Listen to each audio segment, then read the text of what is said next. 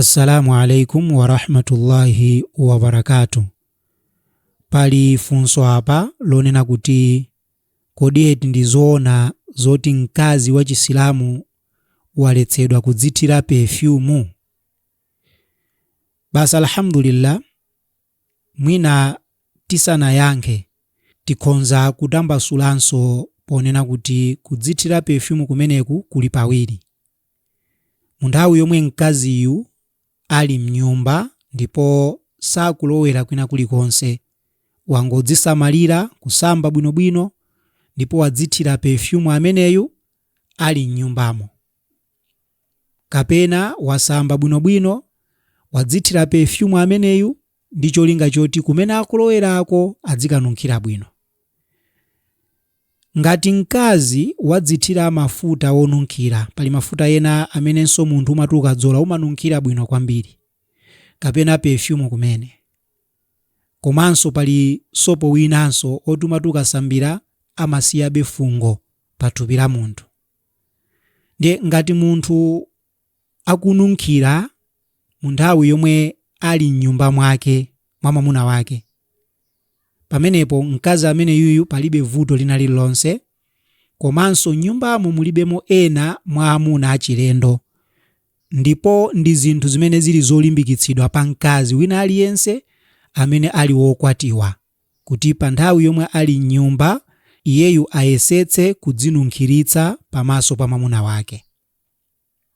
Koma tsopano tikabwera kuti mkaziyu akutuluka panja, pamenepa pali zinthu zingapo. Chinthu choyamba nchonena kuti kumene akupitako ndi kugulu la akazi okhaokha, ndipo mayendedwe ake kuchoka ku nyumba ndi kukafika kumeneko ayenda mu galimoto ya iyeyu. Pamenepo palibe vuto kudzithira perfume, chifukwa kumene akulowerako ndi akazi okhaokha ndipo kulibe vuto lililonse limene iyeyu angakabweretse pakati pa akazi enawo. Kapena iyeyu wadzithira perfume ameneyu ndipo kumene akulowerako ndi kwa abale ake amene ndi maharamu ake, komanso kayendedwe kake ayenda mu galimoto yoti ndi ya iyeyu mkaziyo. Pamenepo palibenso vuto lina lililonse, akhonza kudzithira mafutawo, palibe vuto, chifukwa sabweretsa fitina mu mayendedwe ake kuchoka ku nyumba kwake ndi kukafika kumene akupita kwa abale akeko. Koma nangati iyeyo akupita kumalo kumene kuli amuna achilendo, mwachitsanzo ku mzikiti, kaya ndi ku chipatala, kaya mwina ndi kwa akazi anzake, kapena ndi kwa abale ake, koma ayenda wapansi kukafika kumeneko, pamenepo ndeti mkazi amene yuyu asadzithire mafuta onunkhira.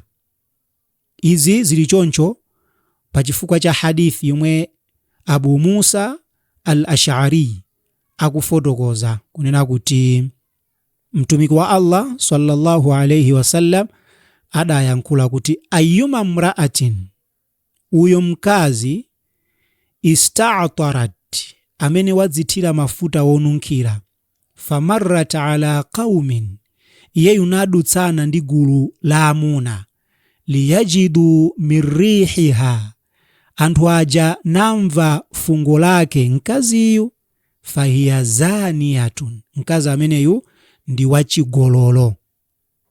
Mkazi amene ndithu ndi wachigololo. Tikabwera mukutambasula kwake al-Mubarakfuri pa hadithi imeneyi akunena kuti liula zaniya likubwera li annaha, chifukwa chonena kuti iyeyo hayyajat shahwata rijal bi'itriha, akudzutsa chilakolako mwa amuna kudzera mu kununkhira kwake.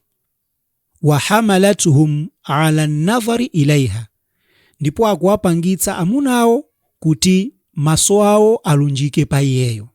Wa man nadhara ilaiha faqad zana, ndipo aliyense amene wayang'ana maso ake wakumuyang'ana mkaziyo, ameneyo wachita chiwerewere.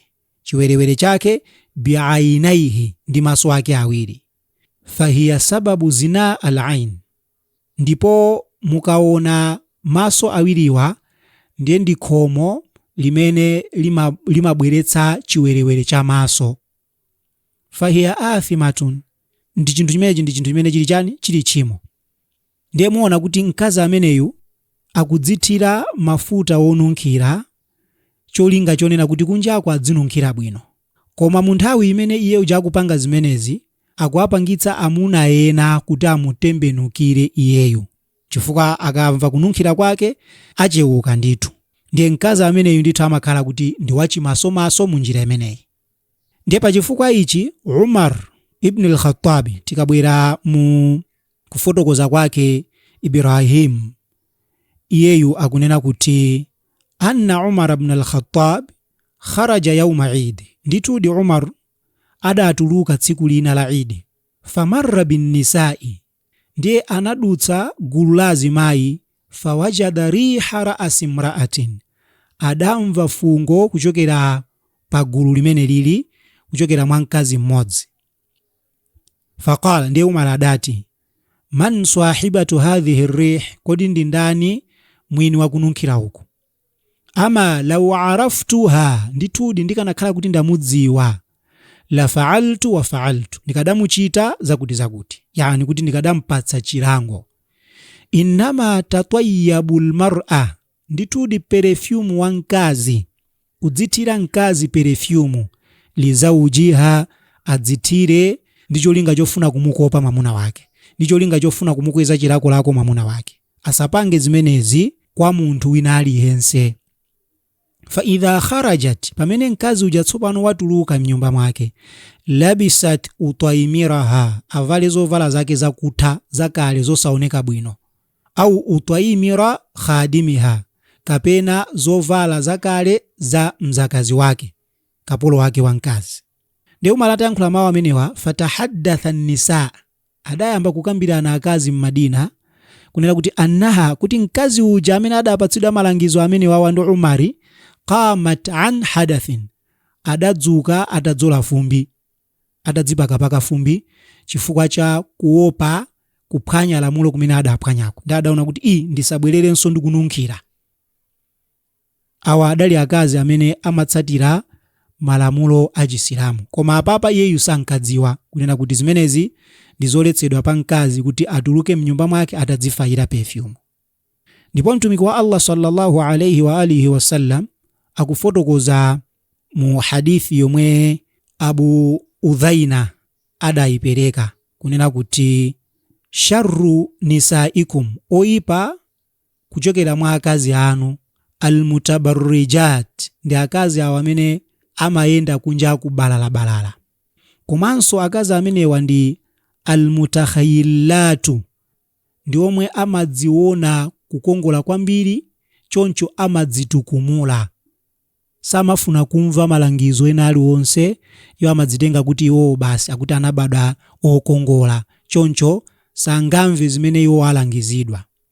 Wa hunna almunafiqat, amene wotu ndi mitema kuwiri, amayankhula kuti amamukonda Allah pamodzi ndi mtumiki wake, amayankhula kuti amamumvera Allah pamodzi ndi mtumiki wake, kumachita kuti iwo mu ntchito zawo akusemphana ndi chiphunzitso cha Chisilamu. Ndiye mtumiki akunena kuti la yadkhulul jannata minhunna, sakalowa ku janna mmodzi mwa iwo, illa mithlul ghurabil a'sam, kupatulapo ngati momwe amasowera khwangwala wa mulomo wofira. Kusonyeza kuti inuyo kuti mumpeze khwangwala wa mulomo wofira, ndikhulupirira mukonza kuzungulira dziko lonseli osampeza. Ndiye ndi zinthu zosowa kuti mmodzi wa iwo akazi amene wawa akalowe ku janna, chifukwa amafuna kuti adziwononga dera chifukwa cha kukongola kwawo. Ndiye ngati mkazi watsatira malamulo a sharia, muona kuti palibe vuto. Akufotokoza baadhul ulama kuti mkazi akudzipaka rooni ujatu amangomva iyeyo mwini wake, komanso amathandiza kuti fungo loyipa lisamatuluke pathupi pake. Zimenezo palibe vuto, koma zikangopyola malire kuti rooni uja akadutsa pamalo pa amuna waja ndikutembenuka, basi zinthu zayipa, fahiya zaniya, iyeyo ndi mmodzi mwa akazi achiwerewere. Ndi zinthu zimene zili zomvetsa chisoni kuti muona pamene mkazi wa Chisilamu akamatuluka mnyumba ya mwamuna wake, iye uja amakhala kuti wadzisamalira, wadziphoda, akununkhira bwino. Mu nthawi yomwe akubwerera mnyumba mwake mwa mwamunayo amapezeka zonena kuti akukasukusula ku nkhope, akuvala zovala zakutha zoti adzioneka ngati nkhalamba za agogo ache, komanso akudzichotsa fungo lijalo limene amanunkhira nalo lija posamba. Uku ndikusemphanitsa kumene lero lino kukuononga mabanja ambiri a Chisilamu, chifukwa akazi ifeyo anthu amene tili kunjafe, amuna afe tilibe ntchito. Ife tilibe ntchito, olo tisakumveni mukununkhira zilibe ntchito pa ife, mukungotha perfumeyo. Nunkhirani pamaso pa amuna anu nyumba mwanumo, chifukwa zimenezo zimene zili zofunikira pa inu. Menemo ndi mmene mudzinunkhira bwino, chifukwa ofunikira kwambiri ndi amuna anu osati ife. Ife tilibe ntchito.